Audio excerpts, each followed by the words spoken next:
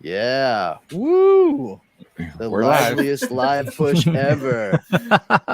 You can feel the energy and excitement. I'm so excited.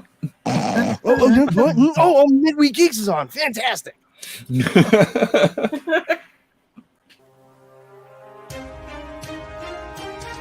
The Dorkening and all affiliated shows are not intended for anyone under the age of 18. The following may contain discussions or scenes that have adult situations, graphic violence, nudity, strong sexual content, and graphic language. This show is intended for mature audiences only. Viewer discretion is advised.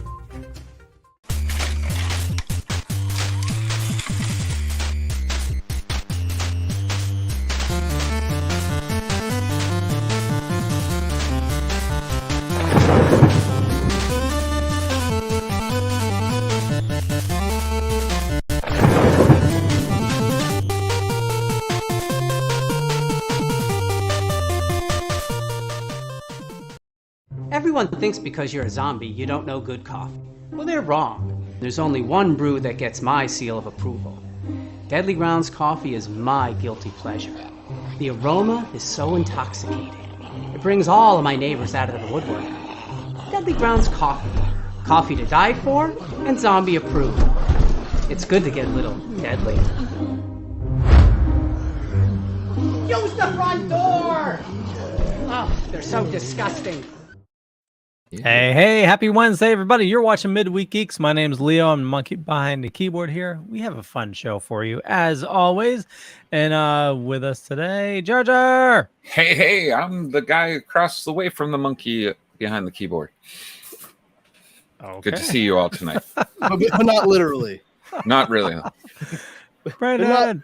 Not like across the table, like across the interwebs. We need to do that kind of a show. But that would be an interesting show. I can't wait to see who throws the first punch. It'll be fantastic. He's literally right behind him the whole time. Yeah. Hey, hi everyone. Powerful Brandon here. I'm here. So are you. Let's see what we can do with that.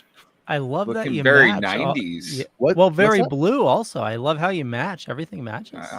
He always matches. I'm sorry. Yeah. Thank you, Remy. What are you fucking new? Like, wow, I really like the way you like match your clothes. Oh, you mean like I'm doing every time you've ever seen me on camera and in real life, ever? No, I mean even the microphone. Like I think that's always blue, bro. Always. But today you're blue. No, I'm pretty happy, man. But thanks for implying that.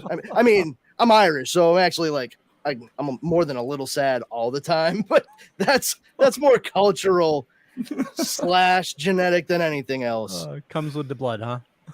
I mean, it comes with the guilt. Roman / Irish Catholic upbringing. Are you fucking for real? Like when I hit like teenagedom, I said to a couple of friends of mine, my wife has heard me say this because I thought of it like back in high school. My father was like, he used to be a seminarian, and he really like was pushing like, you got to do this for life. And I'm like, that seems like a long commitment, man. And I don't know. I don't think I'm in this for the long haul. And this is after like 8 years of Catholic school. All right. And I was like, I tried to barter with him. I was like, Dad, what if I like did something that was just like Catholicism, except they just didn't do like confession? He's like, oh, really? What Protestant religion did you have in mind? I'm like, oh, all right. Calm down there, Chief. But I said to him, I was thinking maybe what if I went and became like an Episcopalian? He was like, Episcopalian? I was like, Dad, it's literally all the same rituals, no confession, and like half the guilt. It's like diet Catholic. It's fucking great. Like, let me do that. And joke was on me because little did I realize at that point, like the guilt, even if I had switched out at that point, it's been instilled. Yeah, like there's too much Celtic and Ashkenazi Jewish in my background for me to not like always feel a little bad about something. Like whether or not it was last week or in second grade. I think a lot of us know exactly what I mean. Especially you, Leo. Yeah. Sorry. Welcome to the show, everyone. Yo. My boy, the guilt's been with you all the time. What was that? Hey, everybody. And Kari, how's it going? Oh, doing well. I don't match as well as Brandon does, so. What do you mean? You're black. All in black. Well, kind of. Okay, I guess And I'm you back match a your bit. microphone and you match your background. Well, shit. Hey, Brandon. I'm joining you as well. I mean, it's a nice start, but don't pretend you're on my level, all right? I would. Let's my not do first either one comment- of us a disservice in that, okay? My first comment to you ever as a fan was, "Wow, I love how well you match." It was just- Let me show you this. Let me Oh dear just take Lord! off one of my sneakers real quick. Oh, sweet. So, yeah, I strive for it usually. I have that. I just color bought another scheme. pair of those. Took me like a year to find them. I had to buy a half size up from what I normally wear, but whatever, man. I can wear these sneakers for the next like 17 to 18 years if I do it right. I'm not I saying have they'll that- wear out by then. I'll probably be dead. That's what I was going with. I have that gradient saved as Brandon on my GIMP for when I make things. I 'Cause you understand have a a very lot of the words. specific. I understand a lot of the words you just said. I'm not quite sure if I understand the order in which you said them. Your GIMP? The GIMP? GIMP is like Photoshop for poor people. Well, it's an open It's source. freeware. Yeah, it's All right, open but source. it's open source. But poor knowledgeable people, because I was like, you're either talking about a bracelet type material that it was very popular. It's still very popular with like junior high school students, or somebody with a zipper mask made out of leather, or a whole bodysuit. I had one of those back in waiting the, in the corner to be let free after some kind of lecherous rendezvous / tryst. Jar Jar, he's right behind you. The gimp's getting away. Damn it. Damn it, I he's in didn't lock pink. the basement. But he's in that pink to blue kind of swirl. Yeah. Nice. I like it. Yeah. Yeah, I got a nice pair of these recently, brand new. I haven't even worn them yet, but they go into a very magenta, like fuchsia gradient. So it's like black at the top and then goes all into fuchsia throughout the rest of the design. They're fucking beautiful. And I took one look at them and I was like, okay, yeah, black fuchsia, that makes sense. And I turned to Dara, it's like they really fucking missed an opportunity with the nickname for this shoe. And she was like, why? And I was like, they really should have named it Black to the Fuchsia. For real. Like, yeah, I every single time I see them now, I'm like, I named you right. Nobody else did, buddy. It's okay. That's good stuff right there. Yeah, so anyways. To the fuchsia. What's part 2 look like?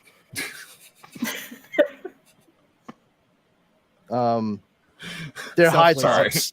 They're high tops at that point. You gotta find the high top self-lace. version. And they can self-lace. And by that I mean I'll be like, Dara, can you tie my shoe for me? Now can you tie the other one? Oh, but you're already down there. Thank you. Self-lacing shoes. The future is now. I can't wait till she watches this. She always checks it out the next day, and I know like halfway through the morning, like she's gonna like come right over the table and be like, really? Self-lacing shoes because your wife is gonna be right there to tie them. And the thing is, like, you could I either just made that a self-fulfilling prophecy or she's purposely not going to do it now because I just said it on the show. And of course, she's hearing me say this as well. So now I have no fucking idea what's going to happen. I played myself. Fuck. She's in my head All now. that meta. It's a whole Dara inception. You know, you're just gonna have to do what everybody does when they turn 80. Get like the Velcro laces. I mean, I didn't have to turn 80 to fucking do that. I did, as a sneakerhead, I understand like what's a winning battle and what's a losing battle with that shit. And listen, when I was working as a machine operator, I went to Walmart and got myself a fucking like $8 pair of Velcro sneaks to wear to and from work after I changed into and out of my uniform. After wearing work boots and fucking, you know, Dickies shirts and pants all day. Yeah, I'm going to wear a crap pair of sneakers I can throw on, tighten real quick, and just get the fuck out of there. I'm not going to be rolling through my fucking locker room covered with chemicals over the past 35 years from the goddamn production floor. Like, oh, hey, everyone, you want to check out my new Jordans? Oh, I feel like hey, these you guys want to check out my $230 pair of now knock around Jordans? Phenomenal. It's like very logical solutions. I need to start calling you up when I need a logical solution to something. Just yeah, like, I'm really Brandon, I'm really good at handing them out to other people. If I could have a few to myself, it would really fucking make my day. I tell you, it's like being a muse. You can help everyone else. You can give them great ideas, and it's like, but I can't. But ironically, I have writer's block. Like, oh, wonderful. I don't mean me literally, just in that hypothetical. But anyway, on with the show. The show. Yeah. Did everybody watch that Nicolas Cage trailer I put in the chat? The retirement plan? Yeah. I did. Yes. And right off the bat, the thing, it doesn't look bad, but I do have to say this, and this is a compliment, but it seems backhanded. But bear with me. Whomever the like makeup and hair artists and like special effects and all that on this movie, they should be given a fucking an Academy Award right now for next season based on this movie coming out, because that is the best fucking wig I have ever seen on Nicolas Cage in that trailer. Like, it legitimately looked like his hair. And that has not been the case for me whenever I look at Nicolas Cage since I saw Peggy Sue Got Married, I think. Probably.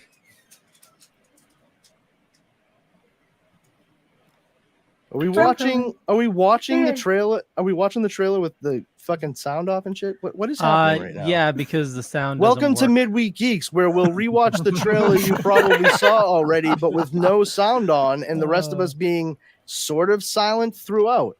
I was happy to see Ashley Greene in this. I like her, and you know, she has not been around in quite a while. Honestly, the last thing I saw her in was my God, what was it? 2009, 2010, a movie called Butter.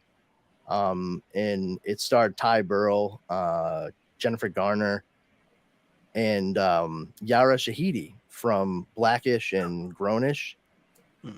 She's a little itty bitty kid in it. That just goes to show you exactly how long ago it was. But Ashley Greene plays Ty Burrell's daughter in it, and it's like after that, she was like fucking Kaiser Soze and shit. I have to say, this trailer. Oh my God, I love it. I love it. Yeah, talk about the trailer and put the fucking trailer down. It got my attention. And but like, you're just going through it, not saying a fucking thing or pointing out anything that you're looking at. You're like, hey, I mean, you were talking. You may as well just showed me. You may as well just showed a fucking clip of a Charlie Chaplin movie, for Christ's sake. Like, oh, you guys want to see Charlie Chaplin skate around the fucking library and almost fall off the ledge? I burst out laughing when he does like the neck punch and makes fun of the guy as he's choking while he's dying. Yeah. I like the scene where they had the people at the door and they just grab one in and slam the door back. That's something I haven't really seen before. I was like, that's fucking brilliant. Yeah. If Looks I'm totally ever badass. Got a bunch of people outside the door, I only have the one ice pick, so just kind of yank them in one at a time. They wouldn't I mean, expect it. looking forward to it on Twitter. Except you kind of see what the end result of that action was, is the other two large men with the guy he grabbed broke the door down and came in. So That's true. it's not exactly a foolproof plan. It's not even a two large guys on the other side of the door proof plan. Yeah. But I'd get to use the ice pick, so, you know. I mean, you could always just buy chunks of ice True. and use it for its intended purpose. There was a fun in that. That's like buying a wood chipper after you see the movie Fargo, and you're just Oh, like, God. "Man, I really hope One something day." happens one of these days. Oh One of these boy, days. it's gonna be like Christmas, Easter, and my birthday all rolled up into one. I hope the mailman drops dead during like a heat wave or something. Like somebody. Bob, seek help. Wood chippers are expensive, by the way. Seek help. So you have to use. Well, it you know, more than once. I just want to really chop up bodies in it, and I feel like, you know, if you really enjoy your hobby, then, you know, why not enjoy spending the money too? Is that a new SpongeBob character? Bob Seek Help. That's good stuff.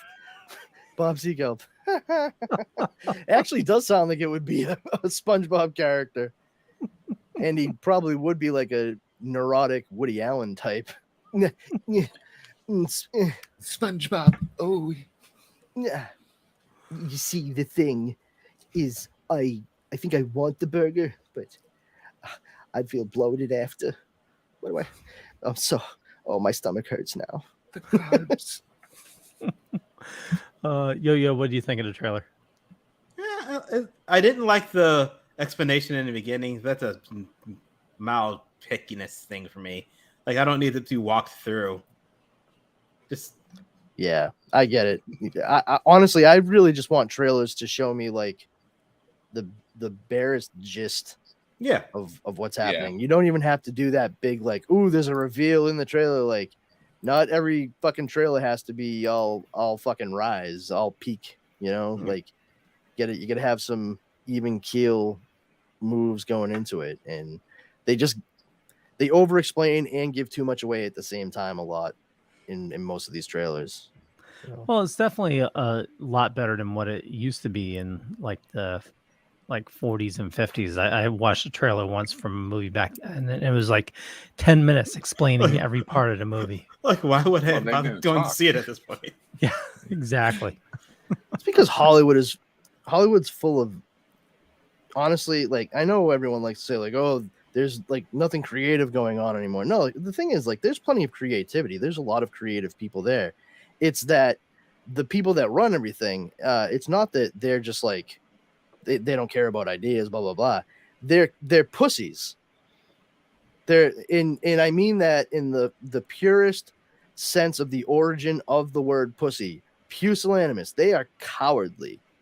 They all are too afraid to give something that they have not already been familiar with, or the public has already been familiar with for anywhere from 10 to 40 or 50 years, that we get the same, because of that, we get the same shit over and over again. They don't want to risk something new that could be either not that great or really good and not enough people see it or talk about it to make it like a big smash hit. You know, the problem is when you start making all these gigantic, epic blockbuster movies, you have no money left to have a margin of error and also fund some of these smaller films. I mean, smaller movies, character-driven movies, they actually can be far more profitable for a lot of these studios than these big tentpole / blockbusters. You know, and if you're spending $175 million on the budget of one fucking movie, you know, at what point do you say, and how much money do we need to make to at least break even on this? Because you're starting to get up into like the $1 billion range when people are thinking of those things, because there's added costs as they go along too, marketing and so on and so forth. And you know, start fucking scaling back and giving the fucking more independent shit a goddamn chance. Just saying. I've been on a lot of Twitter today and a lot of talkback stuff. So my shit is I didn't get my ire up. It was more just like bemused amusement at a lot of commentary. A little scratch and play. Losing faith in humanity. Fucking post by post. Well, Twitter will do that, you know? The I internet, mean, the will internet do in that. general. Yeah, the internet in general. It's kind of a downer. It sucks that we all have to use it anyway. So like, it's like that evil demon that sits in the back of your head taunting you. I mean, Greg? I don't have that. Greg's good. I mean, Oh, I'm sorry. hold Is on, that wait. just me? Remy, I don't think the situation you're describing is as ubiquitous as you'd like to believe, sir. All right, I'm all alone. I think you're going to need a young priest and an old priest. Just saying.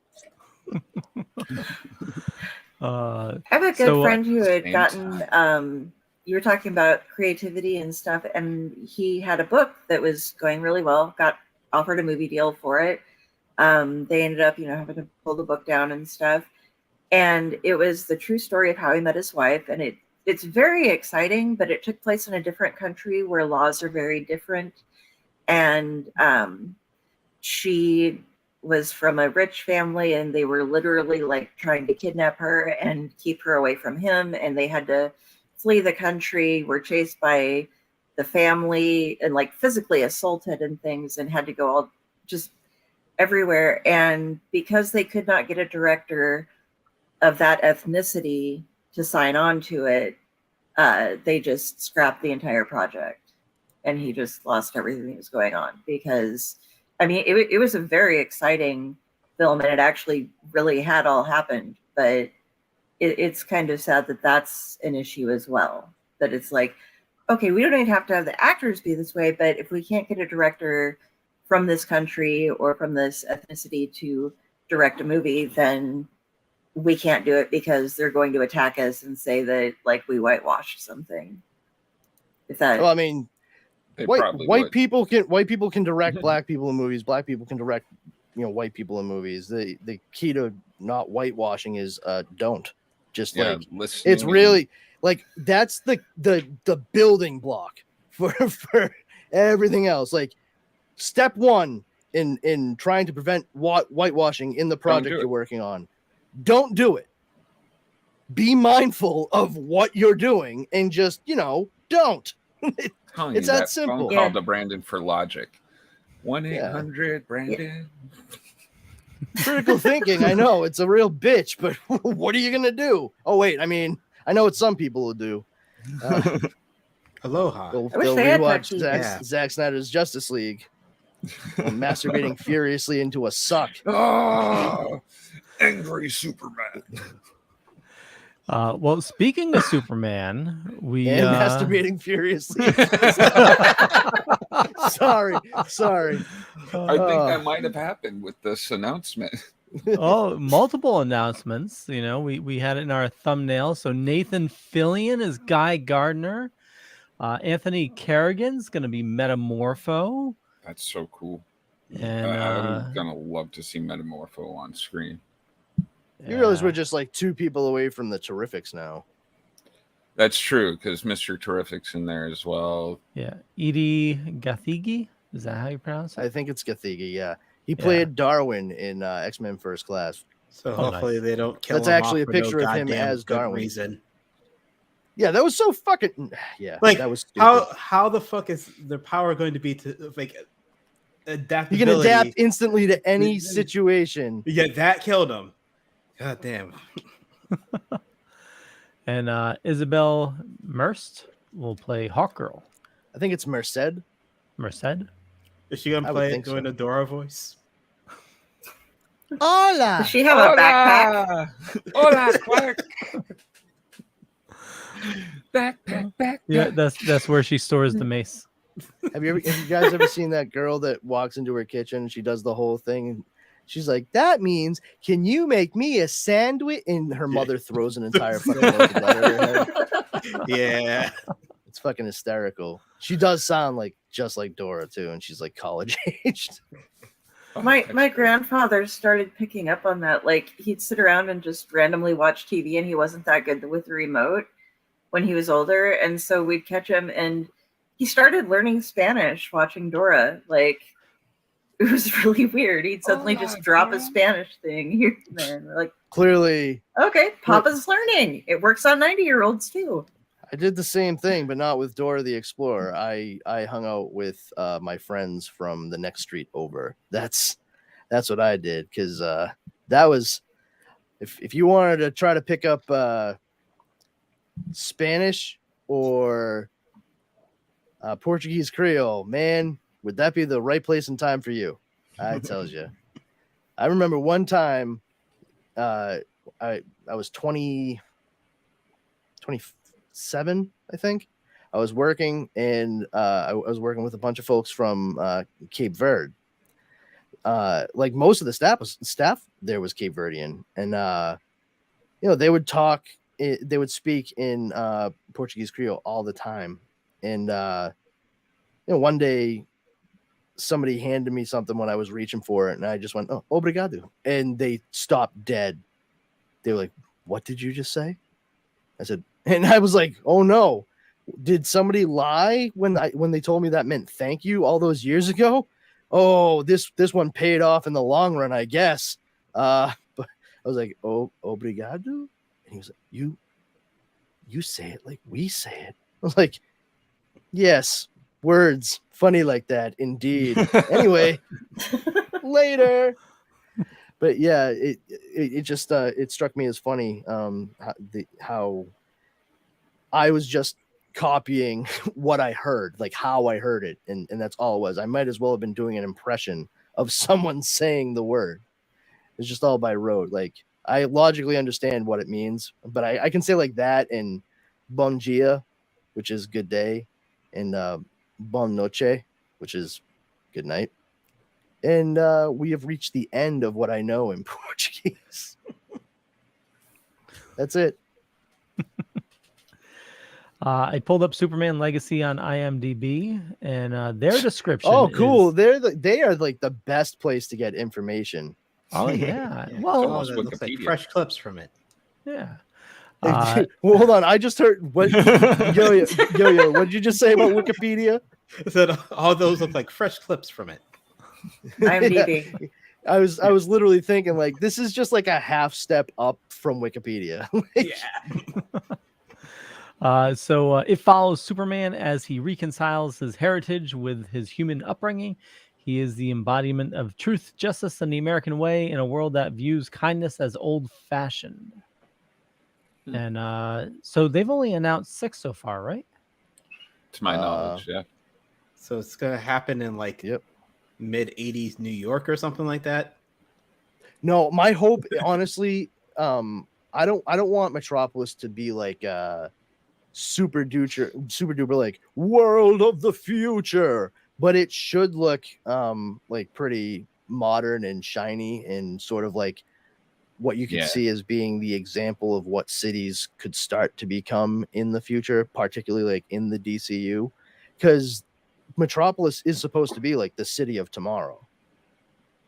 So something like out of like fucking Walt Disney World or Walt Disneyland and shit, Tomorrowland, but not quite so science fiction-y. Tomorrowland today. So today, land. Listen, kid, don't give me any of your fucking sass. So it was pitched and announced on August 8th, 2016. I really like the casting of Fillion there as Guy Gardner. Like, as soon as it was said which Green Lantern he was playing, I was just like, that makes total sense. He plays that character all the time. Oh, okay. Leo, it looks like this. What are you looking at here? Well, I have access to IMDb Pro, so this is. Yeah, no, I got that, but I mean, it looks like they're combining all the previous pitches. Yes, as pitched, announced, development unknown, script. Because then for trivia, it starts saying shit about Christopher McQuarrie and. Yeah, Christopher McQuarrie said that he and Henry Cavill pitched a Man of Steel sequel idea to Warner Brothers over a year prior, with the plot having ties to Green Lantern Corps. He eventually moved on to other projects due to lack of interest from Warner Brothers. God, you have a good monitor. Or I can't MM see shit out of that. let's see. Let me zoom in. Enhance. Yeah. come closer. Emma Mackey, Phoebe Dinavor, and Samara Weaving all auditioned for the role of Lois Lane before Rachel Brosnahan was finally cast. Yeah, I am very, very more than okay with Rachel Brosnahan being Hell cast as yeah. Lois Lane, especially if we're talking specifically about those 4 actresses. Because I like Emma Mackey a lot. Phoebe Devener, I'm not quite sure what she's done. And who was the other one there? Go back up, Leo. Yep. Emma Mackey. Samara Weaving. Oh yeah, I mean she's good, but for me personally, she looks way too much like her uncle, and I actually get pulled out of whatever it is I see her in. So I'm like, oh yeah, that's right. Her uncle is Hugo Weaving. It's the teeth, the fucking.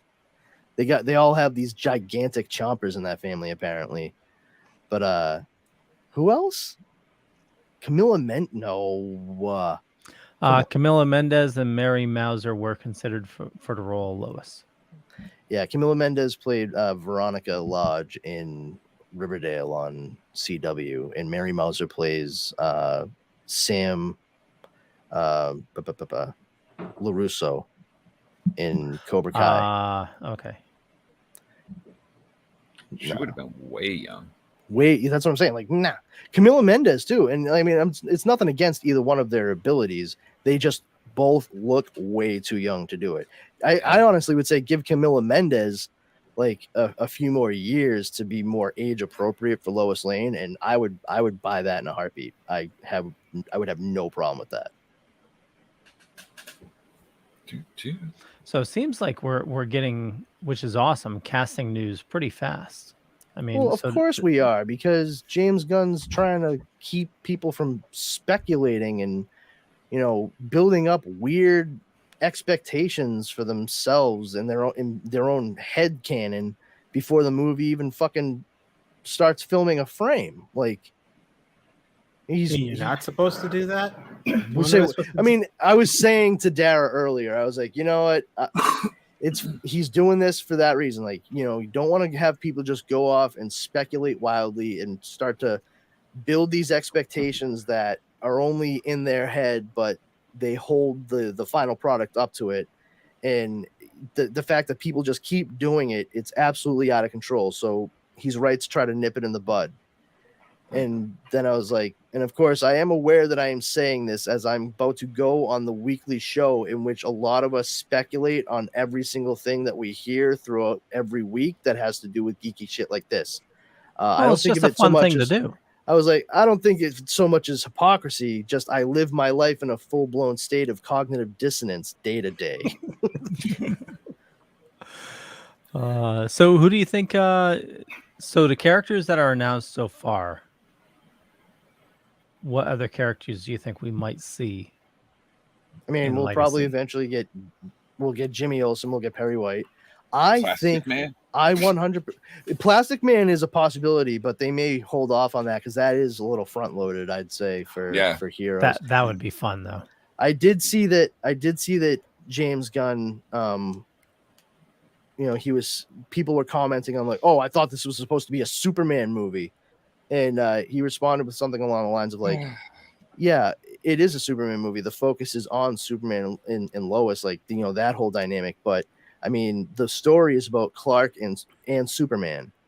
And I have to be able to show both sides of that life. You know, the stuff with the Daily Planet and all that with Lois, that's Clark. But Superman, I mean, he's part of a larger, you know, world, and we want to show that side of it as well, you know. So you get just a kind of an idea of what it's world building, and I get that, but it's not pitching the next thing that's going to come out, and that's fine. You don't have, you know what I mean? We can't say like, oh, they're going to be in this next, because we have no idea. You know, it has nothing to do with any project that's like directly butting up against the Superman movie right after it's done. So I get it. He's trying to show a balance and really show the entirety of what that world we're being introduced to is. And that's important, without making it feel, jam packed full of shit. Don't Amazing Spider-Man 2 this, all right? Tom Dog says rumors are roaming that Daniel Craig is in talks to play Lex Luthor, only if he does it in a Southern accent, like Knives Out. Well, I just feel he's a little bit too old in the Lex Luthor role. Yeah, for sure. A little long in the tooth. Yeah, I like Daniel Craig a lot, but not for that. Yeah, no, don't get me wrong. If we were playing, I'd buy Daniel Craig as Jor-El before I bought him. I could see that, actually. Especially with the piercing blue eyes. Forget about it. Clark. Anthony Carrigan is a nice pull. He was so good in Barry. And he also played Victor Zsasz in Gotham. Yeah. Which was a good role, although odd Zsasz. Yeah. Well, he's odd himself. I think that's why his character is so I'm just saying the way that they portrayed Zsasz in that. Yeah. Well, I mean, Gotham. That show was just weird to begin with. Yeah. So, I mean, not saying that he did a poor job at portraying what he was gave handed. him. Yeah. He wasn't handed much. He did get what he was handed, but he wasn't handed much. No, he definitely was the psychotic killer that he was supposed to be. Yeah. And then he goes to play a psychotic killer in Barry. Yep. Qu'est-ce que c'est? Yeah. Have we all watched Barry? No. I've watched some of it. So shut your fucking mouth! Not a word! I was waiting for the show to be over. I watched like the first couple of episodes and I was like, all right, I will revisit this when it is complete. And I'm heartened by the fact that they were able to end the show, that it wasn't getting canceled or anything. Because that's part of it too, is like, especially if it's a dramatic kind of role, series. I don't want to get into it and then it's like 2 seasons in and they get canceled and there's no resolution to anything at all. That fucking bites the big one. I don't need to go through that again. I'm especially gun shy when it comes to HBO, because they'll fucking do it. They will do it. You know how much HBO cares? Haha, trick question, motherfucker. They don't. Just because you were burnt on Carnival. Carnival. That's not Carnival. Yeah. Carnival, you son of a bitch. Did you really want to go there with both of us? Leo, you have no fucking idea how good that goddamn show is and how wounded I was.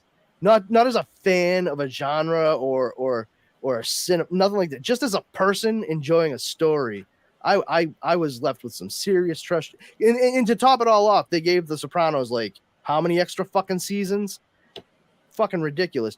One of the key issues they first said was why they canceled it. One of the first was that, it was too expensive to make it look like the Dust Bowl in 1930s. At the same time, Boardwalk Empire was on the fucking network. What? Yeah, listen, it's seriously, it's a straight up good versus evil tale.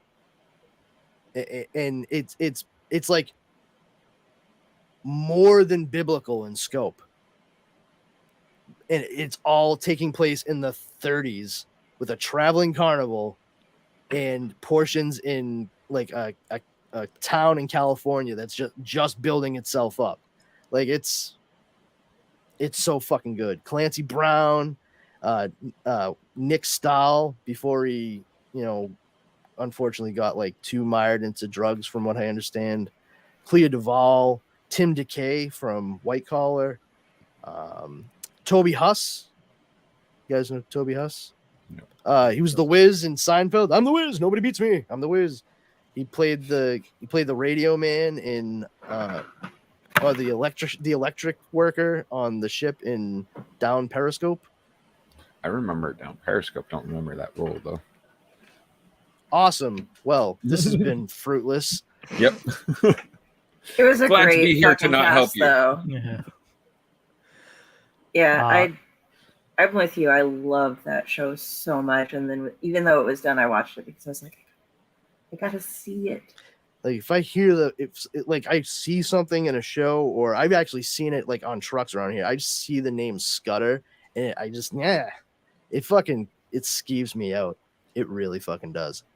And not like a scary, oh, I can't sleep, clowns will eat me way. Like just the overall story and the execution. It's fucking. I got that reference. It's Simpsons. good. So did I. So we were treated with some Wolverine pictures this week.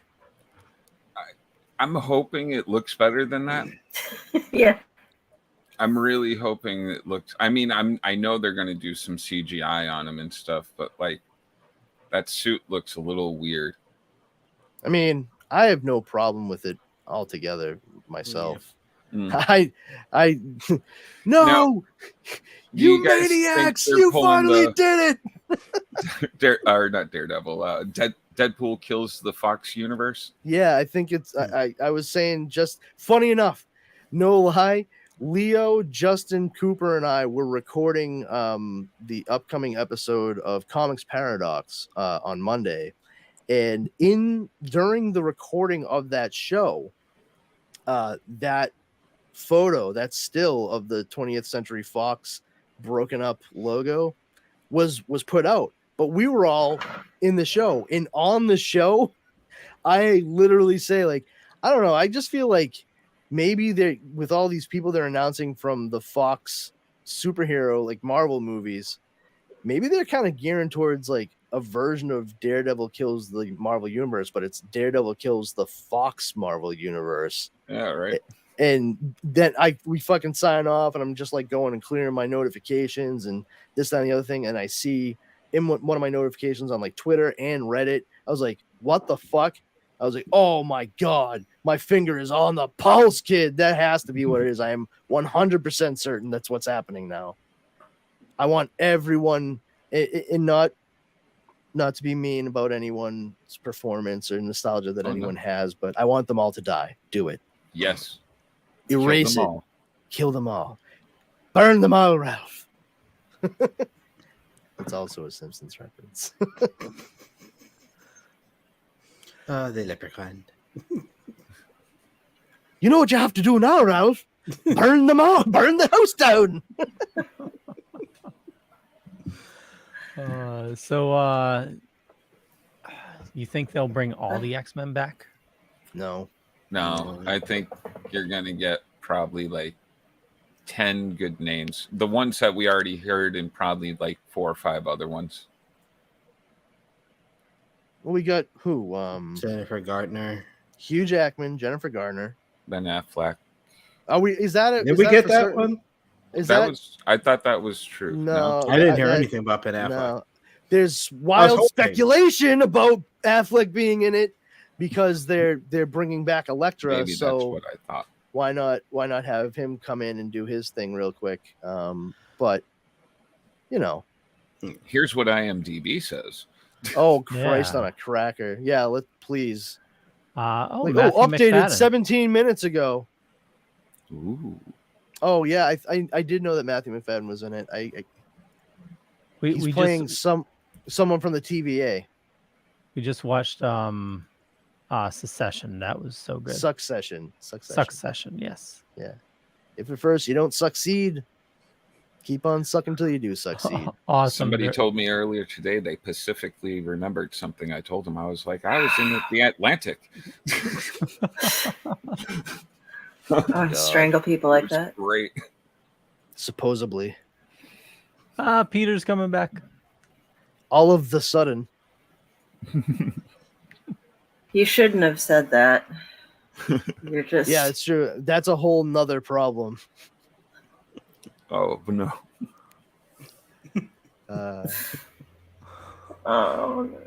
Did I miss hearing that? those phrases? Hearing those phrases makes my skin itchy. I don't like it.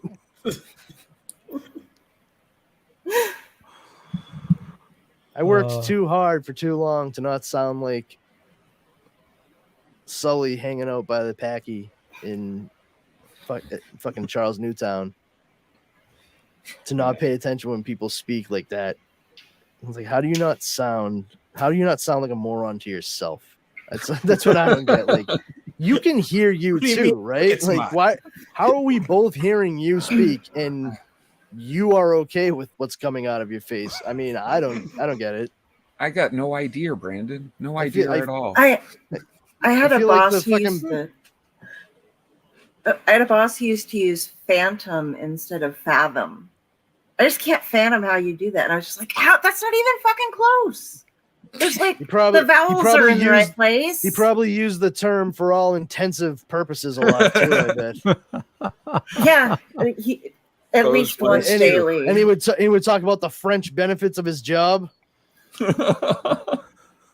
We all have French benefits, don't we? I've heard that one in real life, man. Like someone was like, "Oh, French benefits," and I was like, "Excuse me, what did you just say?" Were the croissants or what? Yeah, but like they looked at me like I was the fucking weirdo, and I was like, "Say what you just said again," and not like a clever '80s like aha moment. I was like, "Say what you just said again." And they were like, "The French benefits." I was like, "You do know that it's fringe benefits. It's like, oh, look at all these benefits on the side, the fringe benefits, extras, little, what we consider a bonus, boni, as the Romans would have said. But yeah, to your point, Yo-Yo, I was like, what you're describing sounds like I get like free liver pate in a baguette when I clock into work every morning, and I think even the French would agree that might be a little too weirdly stereotypical French. What if they're Canadian French? French Canadian, even the way that the rest of the world would say that. I mean, that's some poutine. I don't know. That's French Canadian. Yeah. It's not France. You do know that Canada and France are not in the same place, right? It's important to me that you know that. Oh yeah. It's very important to me that you know. Okay. Thank God. Okay. Hey, I'm quarter Canadian French. I can say it any way I want.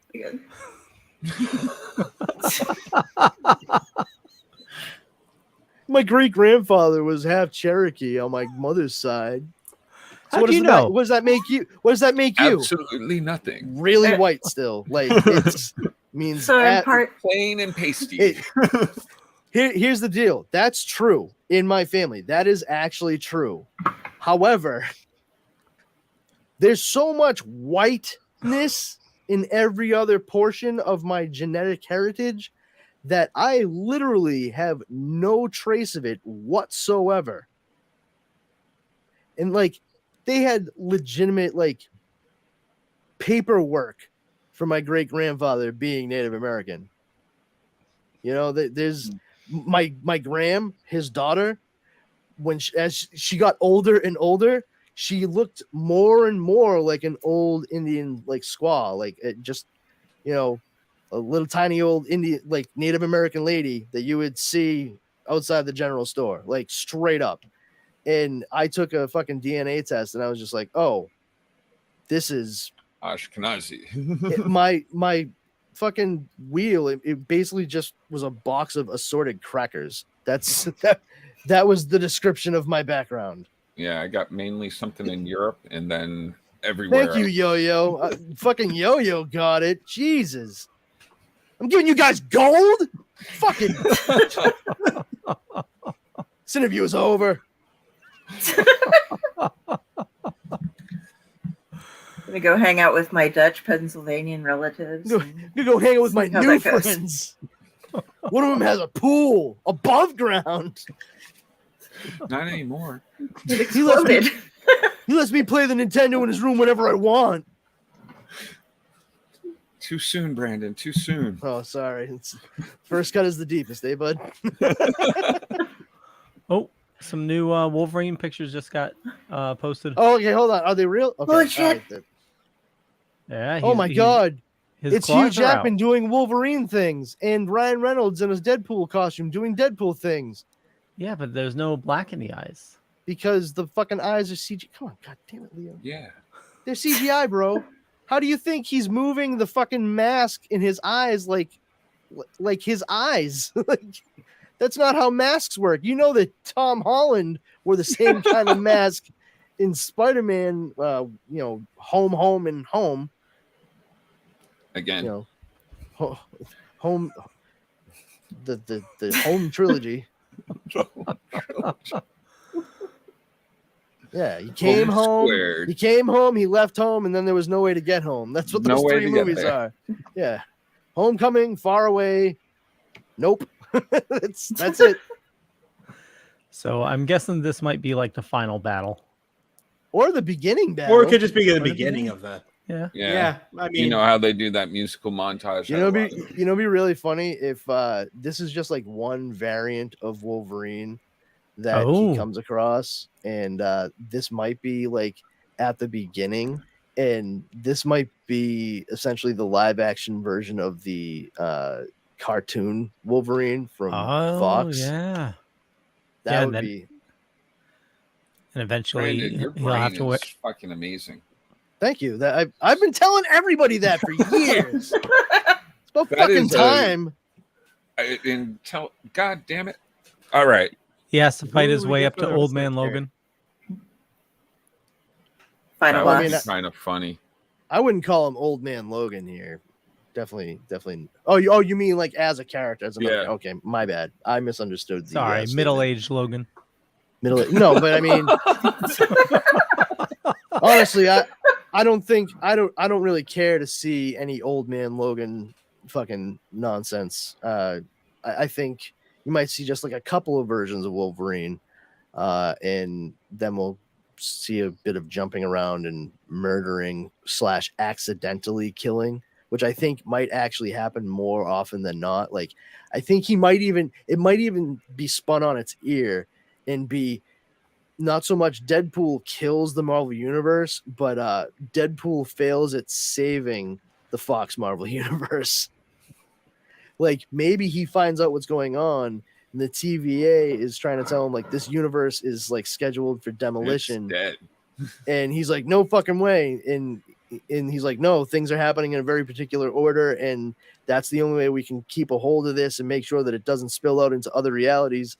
And he's like, oh, yeah, you got a list? Let me see that. Whoop, yoink! And then starts going across the time stream trying to fucking, like, save these people. But what he doesn't realize is it was just listing out, like, what's actually going to happen to them. So they're probably, like, locked points. So no matter what, they're going to die, like, right in front of him. But somehow, because he's there and in the way, he'll actually end up causing it instead of preventing it. Like, he'll be the reason they die. And that's what he didn't realize the entire time. And I could honestly see something like that happening with Deadpool. He's like a Kender in the time stream in the world of Kryn. When they could try and travel are the only things that can actually change time. You lost me so Dragonlance, sorry. Little creatures. I don't even know. TSR? Fantasy novels, never mind. Okay, I mean, the thing, what I do appreciate is that you were like Dragonlance. The issue on my end of it is that still means nothing to me. So yeah, I apologize. But are they people that sound like people that just fuck up while they're actually trying to do the right thing? And they're mischievous little like halflings, and they have no fear. But they're the only creature like humanoid in the entire world, of the universe of them, that are not allowed to travel in time because they are the only ones that can change things. Like others can go back and observe, but you never let a Kender time travel. And of course, since they're very curious and childlike, they always do their best to try and time travel. So there are several stories where they go in and either completely fuck up or completely fix the universe.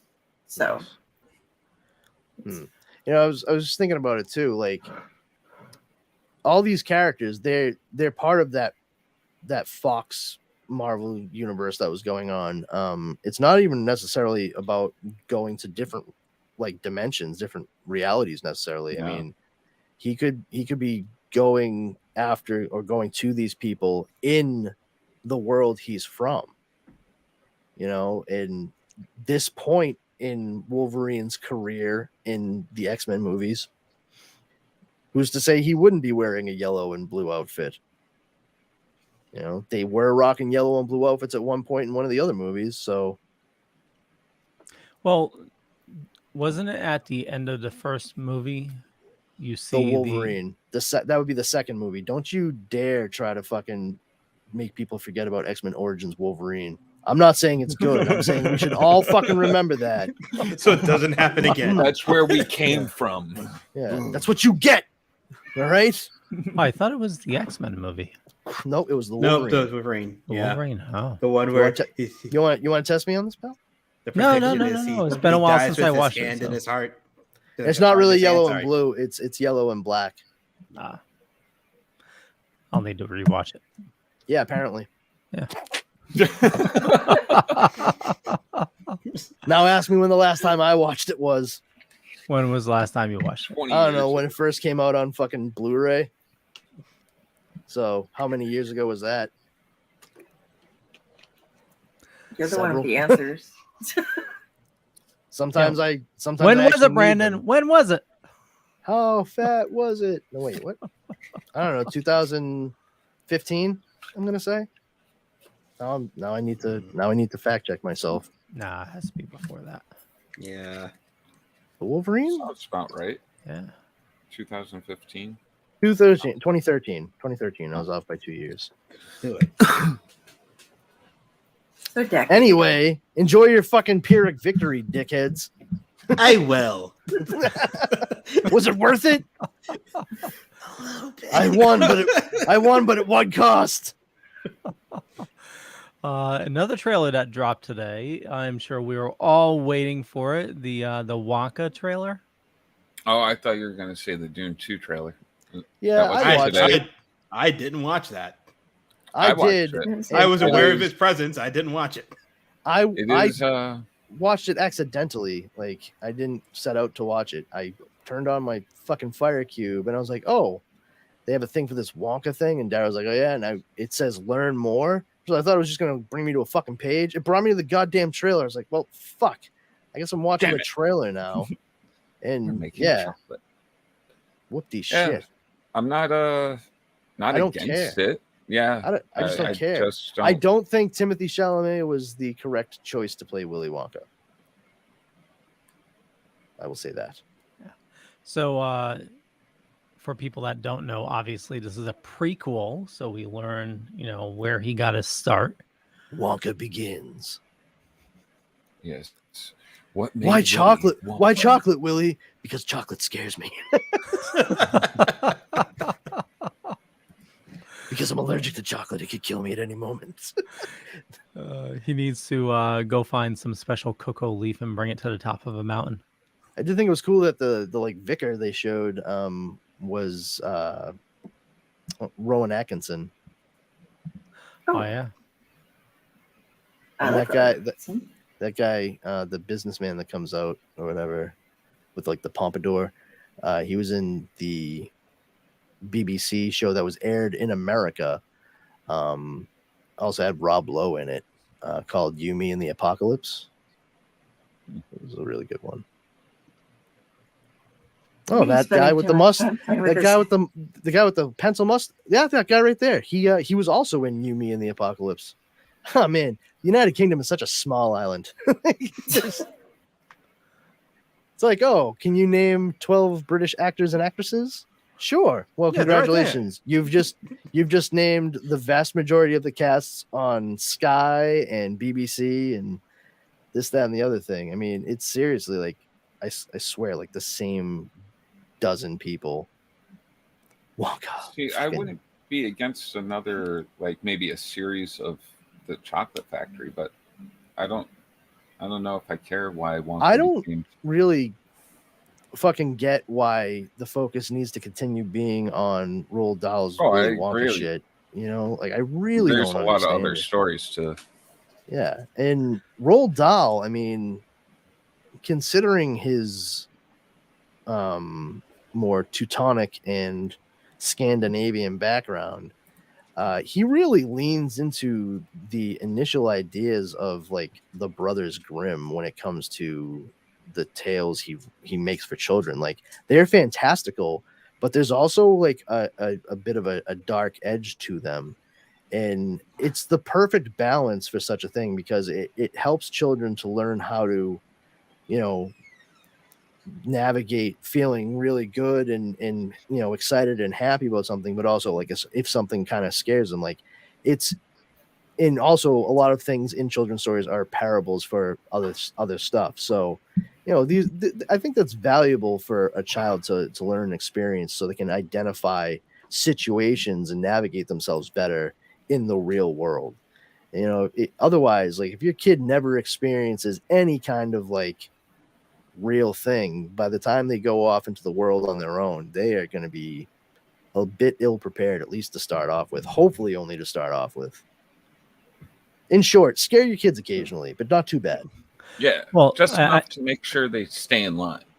Yeah, like, well, I mean, everybody does it, even parents. Like, and I don't mean like threatening them. And it's like, oh, one time I knew a kid that didn't look both ways before he crossed the street, and boom, hit by a city bus. So always look both ways, because you don't want to die like that, do you? No, I don't.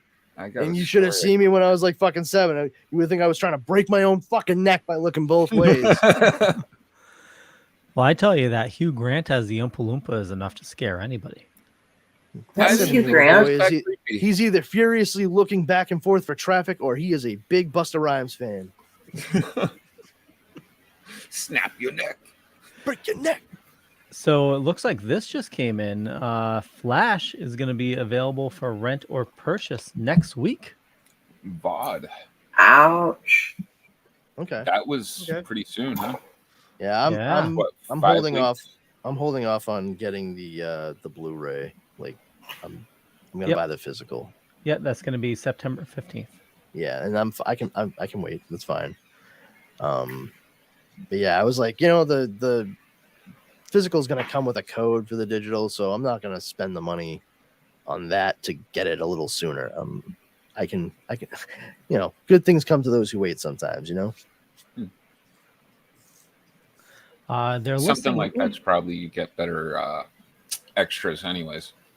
That's what I'm thinking. I'm going through the extras right now. Full list of special features for Flash 4K, the making of the Flash, Flashpoint introducing the multiverse, Let's Get Nuts, Batman Returns, the Bat Chase, Saving Supergirl. All these are featurettes. Deleted scenes, but they don't say what deleted scenes. There's no like commentary or anything, is there? Let's see. Not seeing it listed. It's just listing a bunch of featurettes. And let's see, the Flash Escape the Midnight Circus, the Psychodrome. I'm waiting for them to put out another huge box set of animated films.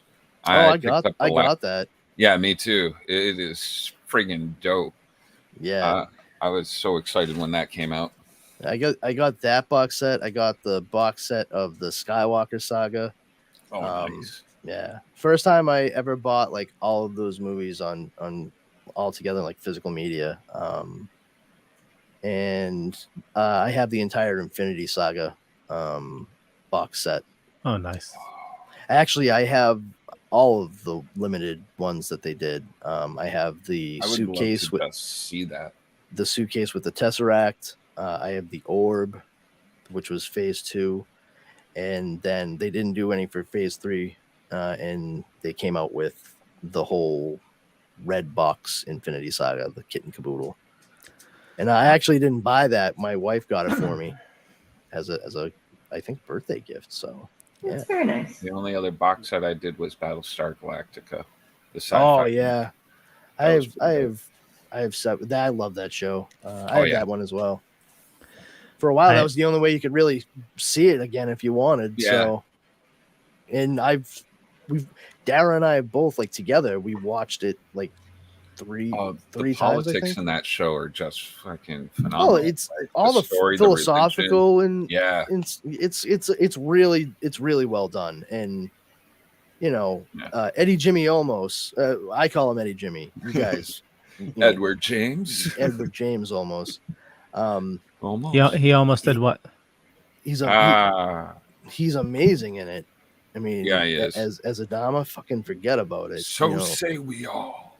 So say we. He fucking made that shit up.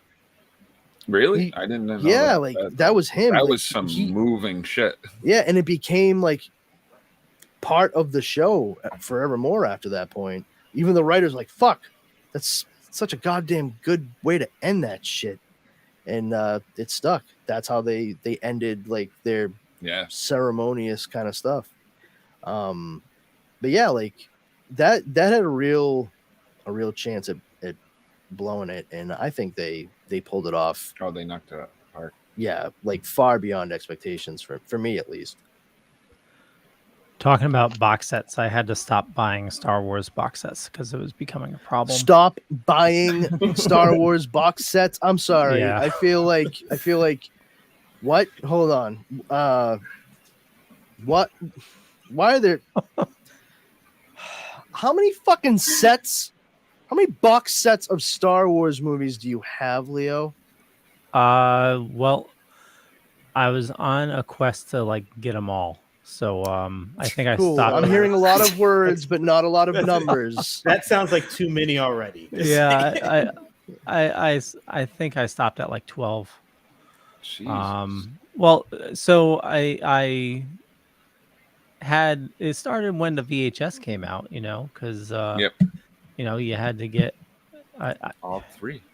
Well, yeah, you had to get all three, you know, but it was pan and scan, and as soon as Letterbox came out, you know, I had to get that special Letterbox. Well, that's a reasonable upgrade. Yep, that's fine. Okay. So, and then obviously DVD came out, so I got the DVD set that came with the original like 1977 set, you know, the actual like unaltered Lucas. Well, actually, no. With VHS started with the pan and scan, upgraded to the letterbox. Then the George Lucas set came out, so that came special edition. The special right? edition. Yep. Yeah. So that came in the gold and I the had silver. That. I had the gold. I had both. It was a gift. Somebody gave it to me. I was like, oh, cool. I would not have bought this for myself. So now I have this. Yeah. Wonderful. And then after that came out, then it came out on DVD. There was a special DVD set that you could get that came with the special edition and the original edition. So I have that. Then I hunted down the set on Laserdisc. And I had to get a Laserdisc player to watch it. So you didn't even have the Laserdisc player first? I ordered. You figured that part would be that's the easy part. You know? I ordered them both at the same time. The Blu-ray set then came out. Then the ultra high def Blu-ray set came out. Yeah. At no point in any of this did you say to yourself, maybe I should slow my roll. Because it keeps saying to upgrade them. Yeah. You know, it's like. But and then the funny thing is the only ones I watch now is the Harmy edition, you know? The what? Don't do it, Brandon. What is this? The best version of Star Wars you can watch. I feel like you're being incredibly facetious when you answer me like that. Okay, so the best version? Yeah. You know, I have no idea what it is. Han shoots first. Thank you. Yeah, I mean, Han's the only one that shoots, rather, because Greedo's. Murked so the immediately. The Harmy edition was this guy named Harmy decided to take 4 years of his life and make the ultimate version of Star Wars, splicing together the and Blu-ray. Then hung himself in his bath. No, actually, he continued to work with it, and he ultimately, I think, hung himself in his bathroom.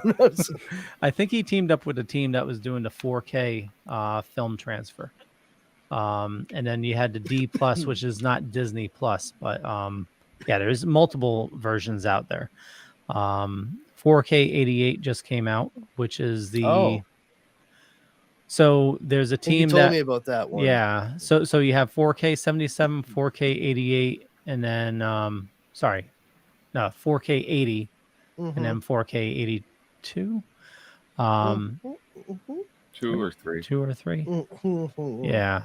So essentially, with 4K 77 and 4K 82, 83, they found original 35 millimeter prints of the movies, Star Wars and Return of the Jedi.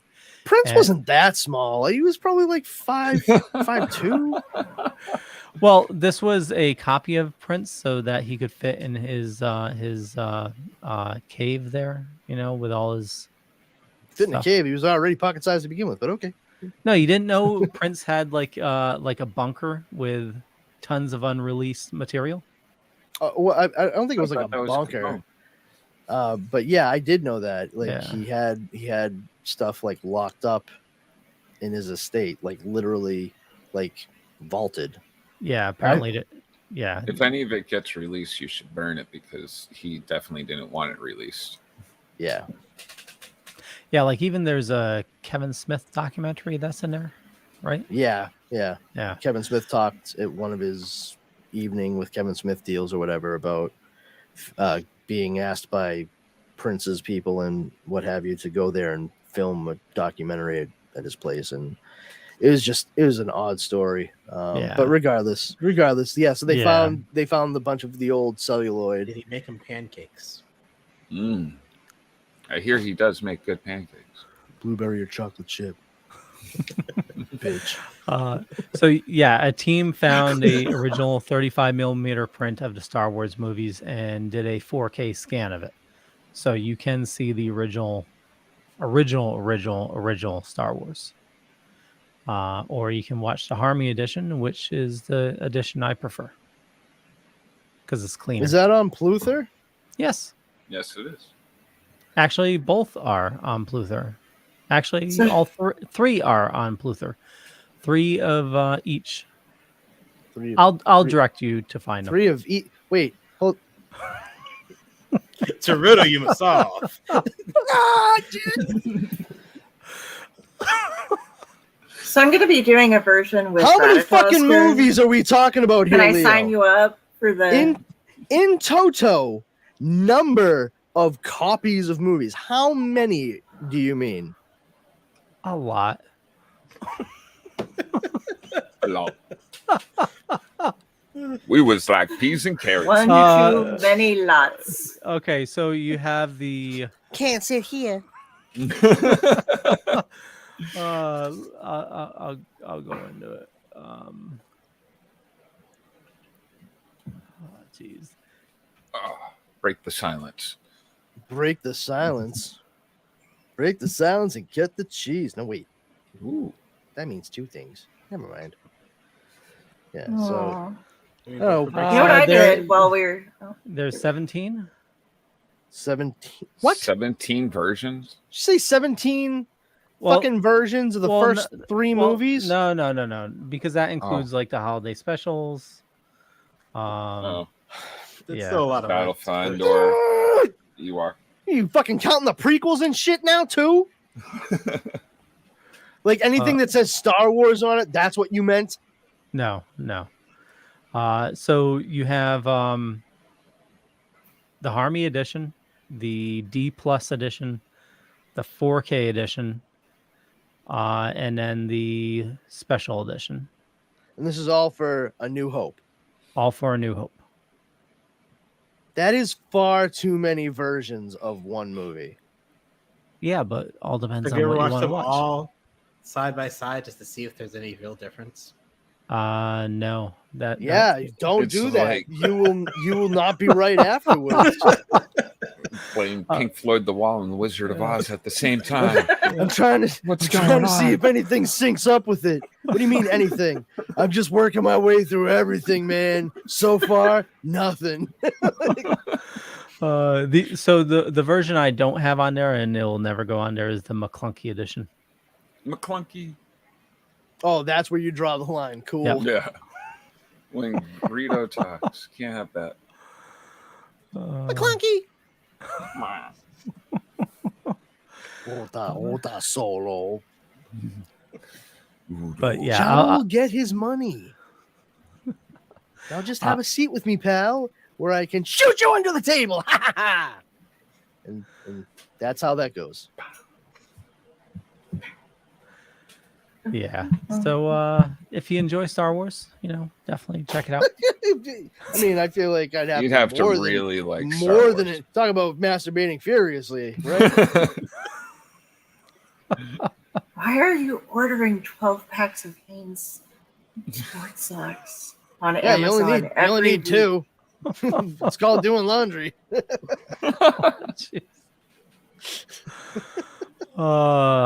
Okay. On that note, was there any other news items that we had? Blue Beetle.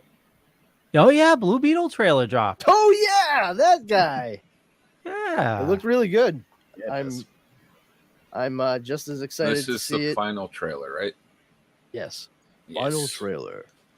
You must watch the movie. It's kind of funny. I hadn't realized this, and people might get thrown for a loop a little bit, especially because of Cobra Kai. They may be associating Zolo Maraduena with Miguel a little too closely, because I just kind of jumped to this from what I had seen in the trailers, but it was made clear to me in a little kind of little interview-ish type snippet about it that he is not in high school in this movie. He is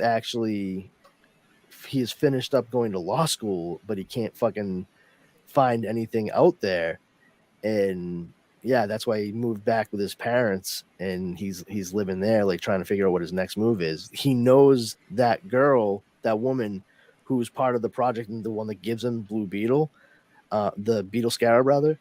I guess they knew each other in college, and like they are the same age. It's not he's like a teenager who wandered in or whatever. Although it did remind me of Inner Space when I saw that whole deal. She gives him the thing in like a hamburger box or whatever. This is great. Like, I love his reactions to what's going on. Like, oh my god, this is like the Guyver light. It's like the Guyver without all the fucking hardcore ultra violence and insane bloodshed. Yeah, this final trailer was. I mean, I enjoyed the other one, but this one was so much better. It looks like this is going to be an incredible movie. Yeah, I cannot wait to see it. I think it's going to be really good. Like I was like pleasantly surprised at this trailer, because I was already on board after the last one. Yeah. But yeah, I think this is great, and I completely understand why James Gunn is like, listen, this is like the first DCU character you're going to see, but it's not the first DCU movie, which I totally understand. It means that like this, what happens in this movie, it's not really going to matter for how the character is used in the DCU. And if anyone can't wrap their fucking heads around something like that, or Amanda Waller still being played by Viola Davis, or Peacemaker still being played by John Cena, I would like to ask if you enjoyed any of the Pierce Brosnan / going into Daniel Craig James Bond movies. Because if so, and you didn't have a problem with M being played by Judi Dench in both sets of those actors, shut the fuck up. Because if you didn't have a problem with that then, I don't understand why you can't wrap your fucking head around it and have a problem with it now. But that was then, and now, yeah, it's different. You know, I did bring up the phrase cognitive dissonance earlier, and I did see an awful lot of that on the interwebs today. It's so many people fucking foaming at the mouth over this, like just. Oh, I love that they put up the comics too after. I know. I dig how DC's been doing that after these trailers, and it's smart. It really is. Like it puts it right out there, and they keep it up for a long enough time that somebody can snap a photo of it on their phone. And you know, that's the best way to like key people into, you know, familiarity at the very least if they are interested. And also, honestly, if you have kids in the theater and they see that and they're interested in what they saw for the trailer and they see that he's a comic book character, they might want to ask about getting one of those comic books. And you may have just created a new fan of that medium, which they're sorely in need of. Now, if those kids do that, we need to make sure that we're also, you know, trying to keep them around and maybe make stuff that's, you know, made for for them. kids. That doesn't mean kiddie, but more made. So that we can get this stuff 20 years from now still. Yeah, exactly. It'd be kind of cool. It's fucking because we're all getting old. Gatekeepers are fucking bullshit, man. I fucking hate that shit. You know, it's like all those people bitching about the kids who watch fucking Stranger Things suddenly discovering Metallica because of Master of Puppets in it. And they're like, this song is fucking awesome. I was listening to some other Metallica. They're really cool. They're really good. And all these fucking old metalheads like, I'm so sorry about these new Stranger Things fans, Metallica. I just feel bad when they make it to St. Anger. Metallica's like, why? Yeah, Metallica's like, nah, we're actually really cool with it. You know, these kids are listening to the music, and why wouldn't we welcome more fans? So, For real. rock on, buddy. Eventually, you're gonna die. Good luck out there, pal. Jesus Christ. I know. You do realize that, you know, those are children, i.e., your replacements. So, like, They're in the mosh Right, pits now. Put it in the mosh pits. I'm in the Mosh mosh pits. pits. So Tom Fucking- brought up that, The Blue Beetle Whopper might be coming out. yeah. Is That's that just going to scary. be another? Has Burger King not learned their lesson? Yeah. Do Did we he have forget blue so quickly buns? about the black buns? Let's stop coloring the buns. But it is a Spider-Man one. Yeah, the Yeah, Bill Yeah. tasted it. Was it red? Bill, Yep. Bill, Yep. Tom. I just In fucking. the Thailand, Burger King just released just a cheese sandwich, 20 slices Oh. of cheese. They call it a cheeseburger. So Like- not confusing at all. It's a burger made out of cheese. It's a cheeseburger. Sounds like cholesterol hell. Oh yeah. Like, all I have is one of their cheeseburgers where the burger is made out of cheese. I feel like, is God punishing me? No. Hell is just showing you a good time. Like, that's what's This going is- on right now, Come buddy. join us. it's a shame they didn't just grill Yeah, that good thing. Good job, champ. Here. Do any of you follow the shrinkflation subreddit? No. That was a No. lot of words I didn't understand except for I Reddit. got I Reddit. understand. I I do. understand the concept of it. I just know I don't follow it. I think it was Burger King, or it might have been McDonald's. But they showed pictures of the burger and a pickle, and where the pickle was thicker than the burger. I did see that one. Cool. Is that the end of that story? Because I feel like we're missing some info. Yeah, it was part of shrinkflation. Let me see if I can find it. Oh, they're saying. So Okay, using yeah, less okay. meat but more pickle. Well, I'm kind of confused. A Whopper used to be $1. Now it's like $18. I actually don't really Yeah. like Whoppers. I prefer Whopper Juniors. Oh, yeah, here it is. I can't. Easier to handle. Yeah, that's exactly what it is. Like, it doesn't fall apart as you're eating it, and it's Yeah. just as. And honestly, it's the right size. I don't need a fucking gigantic burger in my face. I never have. You know. Oh my! Somebody's reporting the Big Mac pickle is thicker than the Big Mac patty. It That looks like is they're about the probably same. true. It looks like they're the same thickness, but you know. I have to say. Oh yeah, McDonald's what a- does have one of the thinnest patties for Yeah, their I regular mean, burgers. not for nothing, but you're complaining about the McDonald's burger you bought. If you fucking That's cared true about too. if you cared about the fucking burger you were going to be eating, why did you go to McDonald's? Like, Very true. you know, like, I mean, here's the thing. If you were in a pinch, you know, and McDonald's was the only thing around, 100% get it, right? But like, I feel like if it's in the pinch moment, you're not going to spend the money on a fucking Big Mac. You know, you'd be like, I don't even like really want this. I'll just get like a McChicken or in a small fry or something. You know, you just like, I don't feel like that. Something cheaper. And this person likely like went out of their way to go to McDonald's and get this fucking sandwich, and they open it up and they're just like, look at this shit. It's like, how close were you to a Wendy's before you got to that McDonald's? And Or like Five Guys. Five Guys, Burger King. I think Burger King makes much better burgers than McDonald's. Yes. 100%. Their They- burgers are so much. They're flame broiled, for Christ's sake. That's been like one of their biggest selling points for decades. Are they still open in over where you guys are at? Because Burger King? yeah, they keep closing down. Like I think we have 2 left in the area.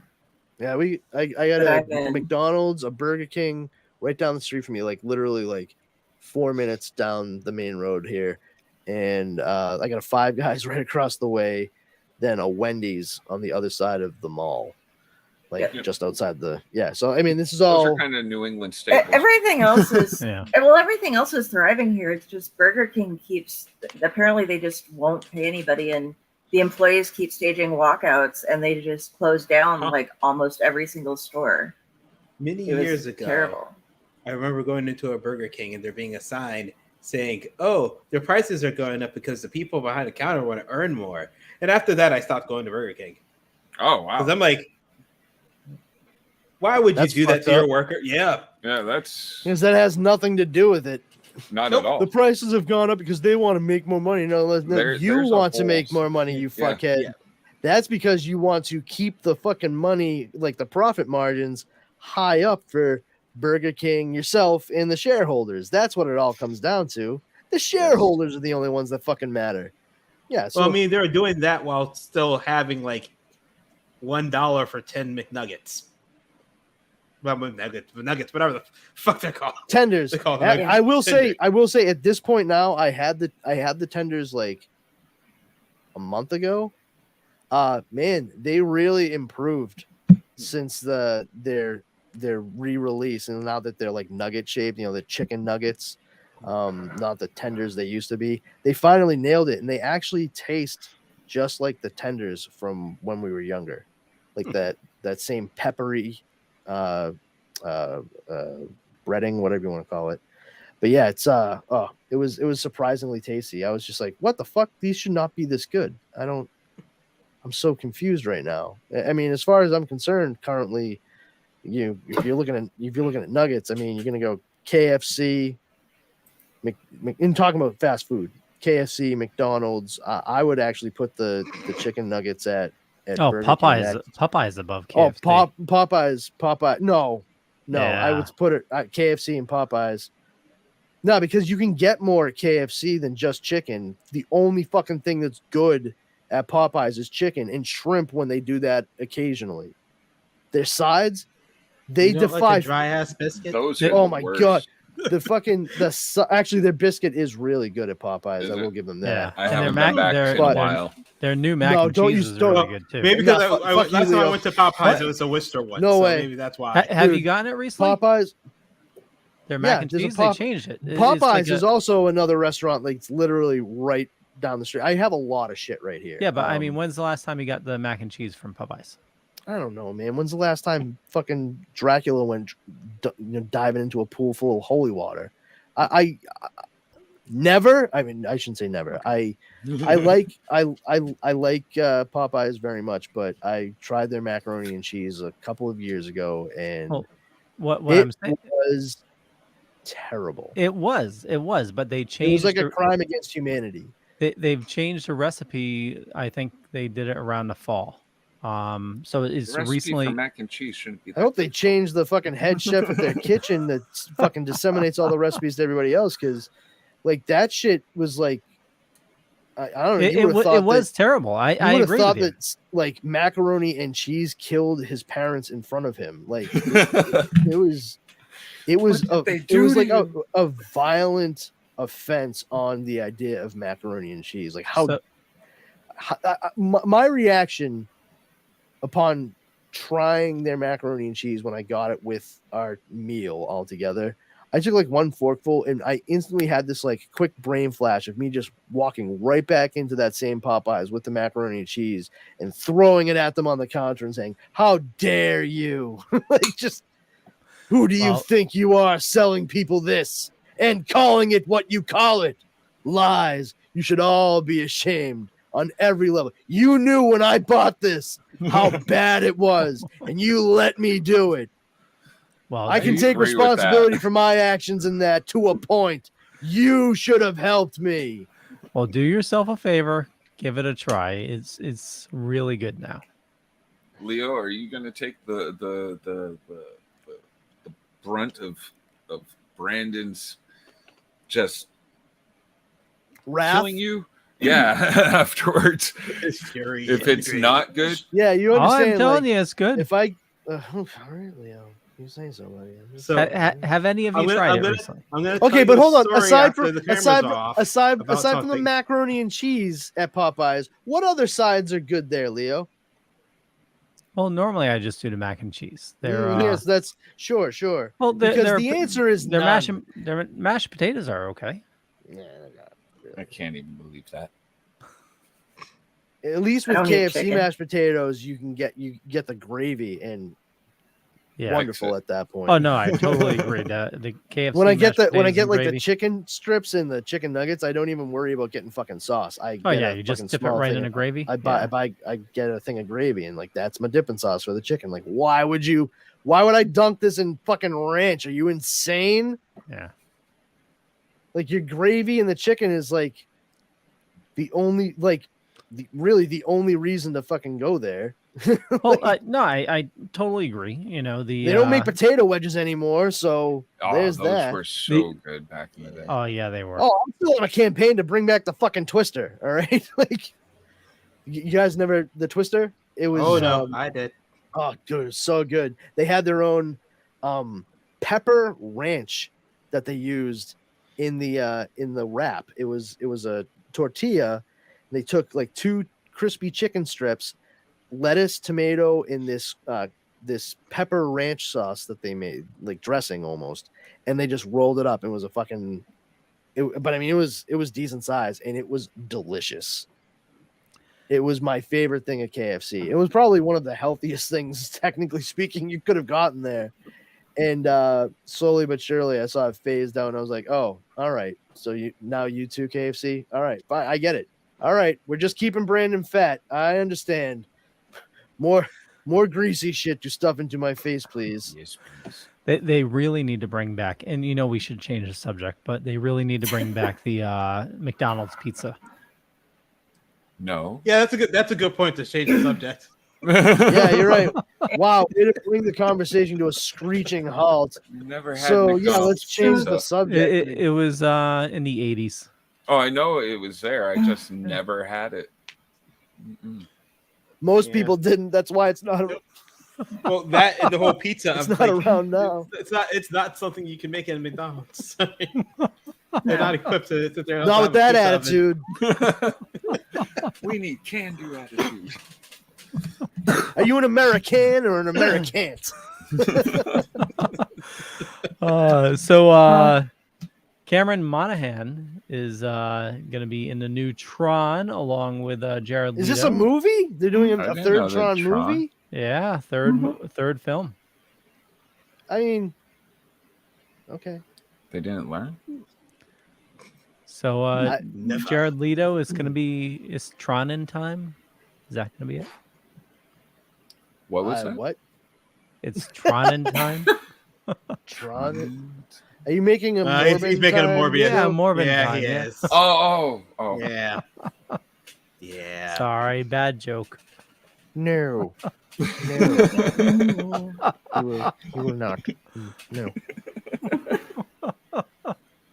Right. I mean, you could have went with the dressed up as a giant cat thing, but It's still. you I went mean, with no. the Morbin time. Just no. But what's better than that is that we have Carissa Grant from Worthy Chaos, who you guys have had on before, and I've had her on before too, has 4 days left in her Kickstarter, and she has 91. I was the 91st person to pledge. She's going for 9 more, and she'll have 100 people, and she'll probably end up, from the looks of it, getting all of her stretch goals complete. And nice. Yeah, and You if you you got want. that. Perfect. Yeah, you can go right there and check her out. We've had her. She's great.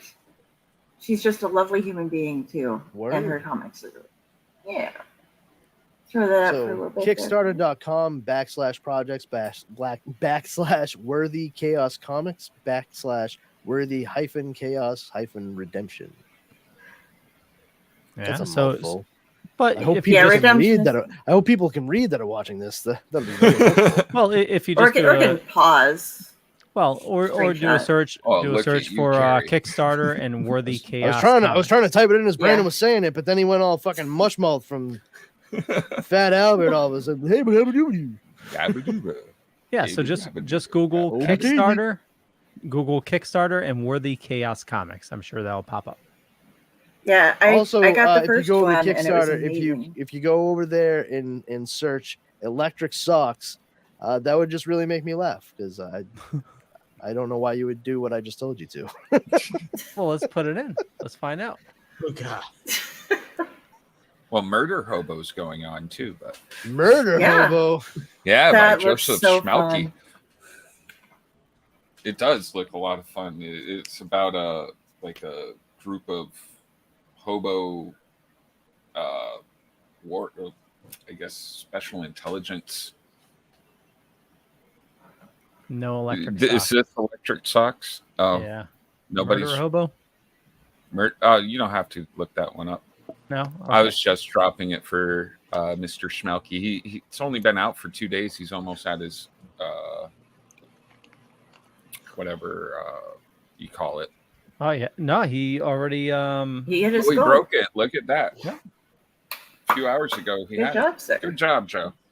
Yeah. New ongoing series about the worst mercenaries in the lands of high adventure. Yes. It looks funny. It has the first few pages on there too for a PDF if anybody wants to check it out. Oh, nice. Yeah, I'm a big D&D player, and Murder Hobo is, oh my god. But it does Who's- look great. Who is this PDF character? I don't know anybody named PD.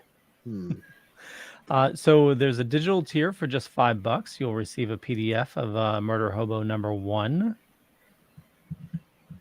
$10 for a PDF in the physical edition. A kick Otherwise known as a comic book. It is. Oh, it's like the physical version of a PDF. 20 will get you the unlockables for the campaign. So as they make more money, looks like they'll be unlocking some stuff. Yeah, he just put up the stretch goals. Oh yeah. So unlocked. He didn't unlock it yet. The cork coaster. Premium sticker. Yeah. So it looks like both stretch goals might be met. I think those, yeah. Cool. And All Carissa went really hardcore with some of her stuff. She got Yeah, she's got like insane. She got this She's a metal. marketer. Oh my god, she is the most energetic human being. She makes Velvet look like he's sleeping. But she has all those metal things. She made a bunch of heavy metal tiers so that you can get like basically everything in metal, as well as Nice. getting it in just regular. I couldn't afford to go up into the eye of a tier, but Oh, so She's doing pretty she good. met her goal. Oh yeah, yeah, she's She's on. yeah, the she's hoping to stretches. get 100. But yeah, she got fun stuff. all Only of 4 her days stickers. left. Right? Yeah, 4 days, and then we'll get to see what happens next, because she's been writing this for, what was it, like, didn't they have like 11 novels worth of material? I think something or something like like that. that? She was saying that Jeez. she had her and her writing partner there. That's have- lengthy. Yeah. Novels, not just comic book Oh yeah. novels. I'm Oh. like, good See, lord. $75, you'll get the plushie Chitulu? along with The, issue The 5 regular merman cover. plushie, or is it merman It's a plushie? it's a zombie merman. Merman. Merman. Merman! There's the Oh, Anubis plushie Anubis too. plushie, yeah. My name is Shlomo Merman. It's very nice to meet you. I work in insurance. I Yeah, know I am a bit of a risk taker. I did not go into accounting like my brothers and my sister, but I had to spread my wings and fly. Oh, I'm an actuary. I place direct value on people's lives. I wanted to be an actuary. That would have been fun. Well, actuarially. So what the hell is, you talked about it over to the other day, Barbenheimer? Oh, the fact Oppenheimer. that Oppenheimer and Oh, Barbie are coming out on the same day. Oh, that's right. Yeah, they're doing this crazy thing where they're playing Barbie and Oppenheimer at the same time. Oh, they're really it's called a portmanteau, Leo, when you take two words and combine them to make a new one. Like Brangelina or Benifer or something not celebrity related. Those are really old ones. Yeah, I'm really old, so I'm just curious why you would want to watch Barbie and Oppenheimer at because why back to not? back. They released them on the same it's a gotta be weird right. choice to release them on the same day. I guess it's to take away from being like really brought down intellectually, and then you're like, okay, I'm gonna watch something smart to maybe digest what I just took in with Oppenheimer. I think Nobody. I think Oppenheimer and Barbie, they are two very different movies. People will make the choice of what kind of movie it is they want to go see before they see it. I'm surprised it's making a lot of them are doing both. Yeah, I will say, if people are doing both, then the only reasonable reaction / response I can have is what springs to mind immediately for me is Michael Caine in The Dark Knight as Alfred Pennyworth and explaining to Bruce essentially what the situation is altogether here. And in that instance, I honestly think it just boils down to some men just want to watch the world burn. That's all there is to it. Like that's it. And I don't even mean like the audience members doing that. It's like the studios themselves. Like, that's it. We'll pit Oppenheimer against Barbie. They won't know whether they're coming or going, laughing or crying. It's going to be fantastic. And it looks like no matter what happens that weekend, there's going to be a bomb at the theater. Maybe it's just for very poorly matched couples that have no interest in anything the other one does. Barbie. The name's Barbie Oppenheimer. She's a bombshell. Oh. Wasn't that Mitch had that last night? Yeah, didn't he? last night. Oh, A he blonde did? bomb. Yeah, he was saying okay, a cosplay Brandon. outfit would be to there. put a wig on it and call it a blonde This bombshell. interview is over. Yeah, I'm gonna win the I'm gonna win the cosplay contest by doing that. I have a blonde wig somewhere around here. I'm gonna wear a bomb on me and be like bombshell. Blonde bombshell. No. I like it. Well, you said whoever does it will win the cosplay contest. What do you? And I know it has a cash prize. Just jumping back on some of the news that we were talking about here. What do you all think of Nathan Fillion being cast as Guy Gardner?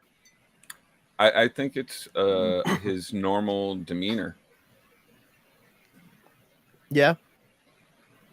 Kind of what he's cast as all the time. This kind of I do think also it age-wise he doesn't really fit with the rest of the cast, but yeah, I know we kind of touched on it. I just kind of, there's a little bit more to his being cast as this character, particularly, I think, because there's been a history. Yeah, because he was like a lot of people's number one pick for a very, very long time to play Hal Jordan in a Green Lantern movie. Excuse me. And then he did voice Green Lantern in one of the animated movies. I know that. But was it just one? Maybe it was two. I don't know. But I will say some people, not even the age thing, because he actually looks better now than he did just a few years ago. Like he got in shape and he lost a lot of weight because his back was all jacked up for a while, so he couldn't he couldn't like do anything. But some folks were saying that they just they don't think he's angry enough to play Guy Gardner and stuff like that. I've seen it from several different places. Well, and that was my thing. I was like, he's an actor, so I'm sure he can play exactly. And I said this in a few different places too. I was like, I'm sure he can play exactly what the written role calls for. But also, I don't think of Guy Gardner as being constantly angry. Guy Gardner is just hot-headed. You know, there's a difference. He has an incredibly short fuse. He's not seething. He's a fucking jock. Doesn't you know, deal with stupidity very well. Yeah, he fucks around and shit. You know, he mouths off. But if like somebody says something to him, like, and it just hits him the right way, he's like, "What?" And that's when he just goes off. But he's not like constantly angry. And I think, and he is always up for a fight, and he doesn't respond well to authority. I mean, I think all things being equal, you add just like that short fuse bit to it, and you're really describing how he played Mal in Firefly. Yeah. Yeah. So I'm quite okay with this. Nathan Fillion's good in everything he's in for the most part that I've seen. By the way, he's voiced Green Lantern for DC 7 times and a bunch of times for Robot Chicken. Yeah, that sounds right. Yeah, so he was Green Lantern in Death and Return of Superman, Reign of the Supermen, the Death of the Superman. Let's see, that's Robot Chicken. Justice League Throne of Atlantis, Justice League Flashpoint Paradox, Justice League Doom, and Green Lantern Emerald Knights. Okay. Yeah, but a lot of people always thought he'd be right for Hal Jordan, and this definitely, I'm sure, threw a lot of folks off. Par for the course for me. I think the one piece of casting that we're definitely going to see is I am like 93% on, because Michael Rooker shows up in everything James Gunn does. I am like 93% on Michael Rooker being cast as Bebowski for his Superman movies. It makes perfect sense. It really does. If you think about Michael Rooker and just like his demeanor and everything, and how Bibbo is in Superman comics, like from the 90s and stuff, Bibbo is this like, big like galoot that lived in like the Suicide Slums area. He wins the lottery, and he buys the Ace of Clubs bar in the neighborhood, and he's like trying to turn into like a nice place. He's trying to help clean up the neighborhood, and he was always like a big mouth and shit. And he met Superman one day, and Superman was like, "Hey, why don't you not push people around and kind of throw your weight around like that, and instead help everyone, do what you can, and make this a better place to live. It can't always be on everyone else around you." And from that point on, he became like the biggest fan of Superman, and he would always go around saying like, "Superman's my favorite. I love that guy."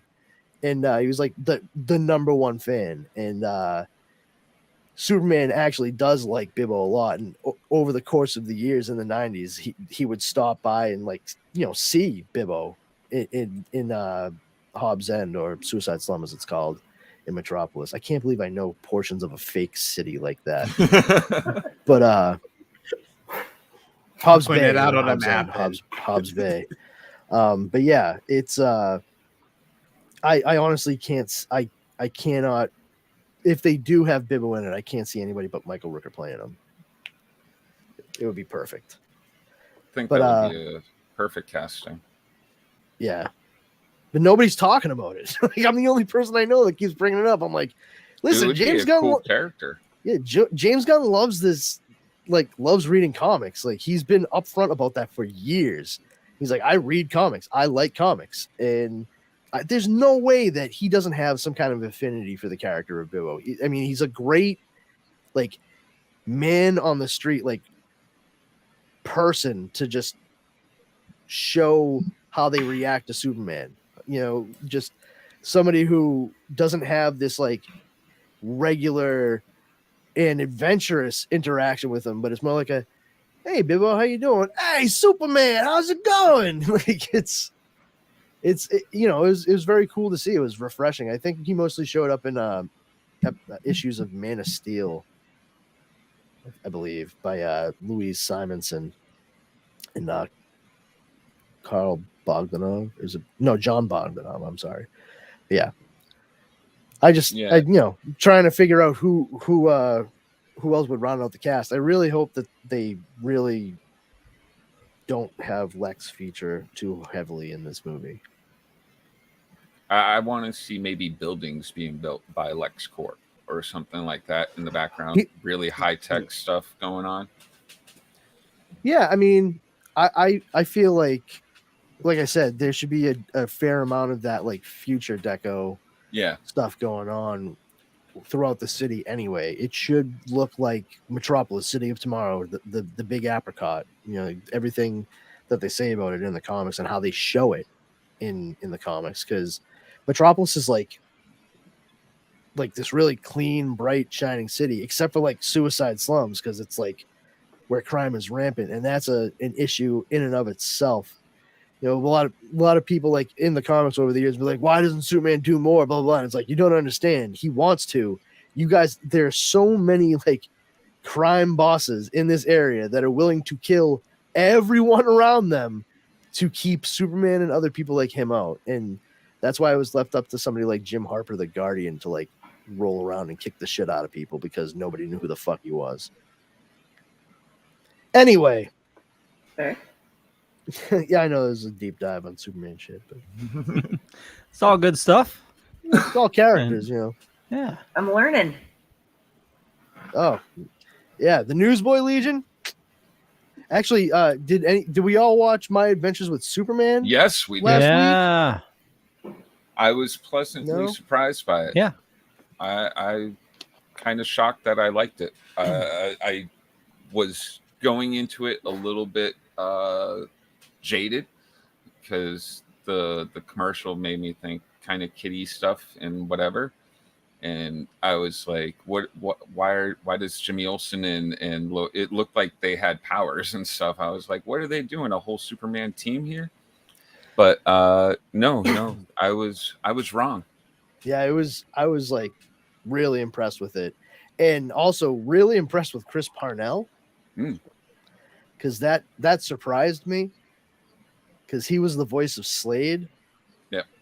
And it's like, this is the guy that does fucking Jerry's voice on Rick and Morty. This is Chris Parnell from Saturday Night Live. That doesn't make sense at all. But yeah, I thought it was done really, really well, and I'm curious to see where they move along. It was very clever what they did with the villain in it. You do realize who that was, right? No. Am I? Laura Willis. Listen, there's always clues in things like that. That's when you got to pay attention. The devil's in the details. Laura Willis is the villain created on the animated series at first and then brought into the comic books, Livewire. I thought she had a resemblance, but I didn't think they were going to go there. All right. Yeah, she was Livewire. But my kid actually asked me about that. It's like, is that Livewire? I was like, no, this is a different character. Well, now you can tell your kid, hey, guess what? I was wrong. Confirmation that you were correct. You win the no prize this week. Where can we catch this at? Adult Swim. Okay. Or on Max the day after. Oh, okay. I can go there. So it's Adult Swim, what, tomorrow at midnight? Yeah. I was also thought they were going to go wicked edgy with it too, since it was on Adult Swim. I was like, oh, are they going to try to make Superman into this like shock value kind of thing going on? And they didn't. Is it Thursdays or Fridays? I believe it's Thursday nights. Oh, all right. At midnight. Yeah. The kind of cool thing about the fact that it comes out at midnight is it actually does show up on Max like the same day, essentially. You know, so if you're not up at midnight or whatever, you can wake up and it'll likely be there. Because I was surprised to see that it was on there straight away in the morning on Friday. So yeah, they're doing a bang up job with it so far. Let's see how. Oh, I was gonna say though, the kids that are talking with Lois inside of the convenience store, that's the Newsboy Legion. They just they updated it for the cartoon. That's why they're the News Kid Legion. I got a huge kick out of that because I also appreciate how they're doing the origin for it, at just giving you little snippets at the beginning of each episode. They're not boring you with it. Honestly, the one gripe I had, and it's not really a gripe, but like once I say it, you're gonna see it and be like, oh yeah, why? Clark in this show as a kid, this is not really a spoiler. He doesn't know he has any powers. Just in the first scene we see him, he's probably like what, 11, 12 years old, and he's what is it? It's a kite. It's a pentagonal shaped kite that, obviously it's blue, yellow, and red, so it's indicative of Superman, but it's stuck up in the tree and he's like jumping and he can't make his way up to it. And he's like, oh come on, this sucks. And lady's car goes haywire and he's like, oh no, and he finds suddenly that he's able to like move really fast and he's really strong. And then he goes back and he jumps up and grabs the kite and he's like, oh right, and that's when he's like, what? And he realizes he's floating. The entirety of this time, Clark Kent is wearing glasses. And I don't know the fuck why. That's true, because he had nothing to hide at that time. Nothing at all. It makes no sense to me whatsoever. It was not a good choice. Maybe he just has poor vision in this version. Well, here's the thing. That makes no sense. Yeah, that makes no sense because Kryptonians, you know what I mean? Like they're part of the reason why they're able to come to Earth and absorb solar radiation is because like of how far along they are evolutionarily speaking. Like they don't have things like poor eyesight and shit like that. So just on a base level, it is a society that did fuck around with genetic engineering and cloning for a while. Yeah. So even if you went with like the Man of Steel version where he was like the first natural birth and God knows how long, I mean, he's still coming from genetically perfected stock over fucking centuries. There's not really any strong likelihood that he would have any sort of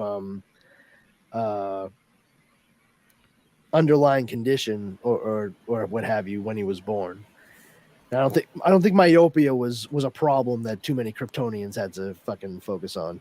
I didn't need to make it a blurry vision joke. I saw what you did there. But yeah, I mean, somebody said to me, they're like, "Oh, well, you got it too." Okay, it's a little weird, but other than that, it's honestly 100% what I wanted it to be. And I think that pretty much wraps it up for. Yeah. We there was an Ahsoka thing that came out. No, we should probably wrap it up though. Well, if you guys want to keep it going, my back is starting to spasm, so it's I mean, I know that sucks for you, but for me, it's great news because it means the voodoo doll I bought is working.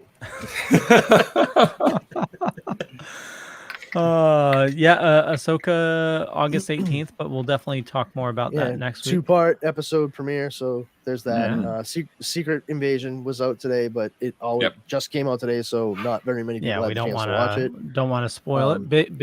It was good. It was good. Yeah, it was good. This series has gone by so quickly at this point. It's a lot of people say it's slow. I find it. No, this is perfect. I'm exactly what part of it. This is exactly the reason why Marvel Disney Plus shows should exist. Like for this is exactly the thing I was talking about. It shouldn't be a superhero thing. It should be a genre thing that happens to have the superheroes in it. Like it's not what is right on the face of it. It's this. This is Nick Fury. This is Skrulls, but this is a spy intrigue thriller. And that's what we're seeing. And they have not had enough standout shit in regards to that. I think honestly, like when it comes to the right approach that differentiates itself and is really going for a particular thing is WandaVision and this. That's my 2 cents on that. You should check it out. But anyway, let's round it up, Leo, because we don't want you to fucking die. Yeah, thank you.